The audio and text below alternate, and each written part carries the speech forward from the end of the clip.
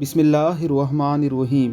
کسی بوڑھے نے ایک خوبصورت گوہر نامی نوعمر لڑکی سے شادی کر لی۔ موتیوں کی ڈبیا کی طرح اس کو ہر کسی کی نگاہ سے چھپاتا۔ شادی کی رسم نبھانے کی خواہش رکھنے کے باوجود اس کے وجود میں جوانی کی تمام تر خصوصیات مدھم پڑ چکی تھی۔ بڑھاپا ہر طرف سے غالب آ چکا تھا۔ دوستوں سے شکوہ کیا کہ میرے گھر بار پر اس بے حیا نے جھاڑو پھیر دیا ہے۔ نوبت میاں بیوی میں یہاں تک پہنچی کہ ہر وقت گھر میں فتنہ فساد رہتا۔ آخرکار جھگڑا بڑھتے بڑھتے قاضی کی عدالت میں جا پہنچا۔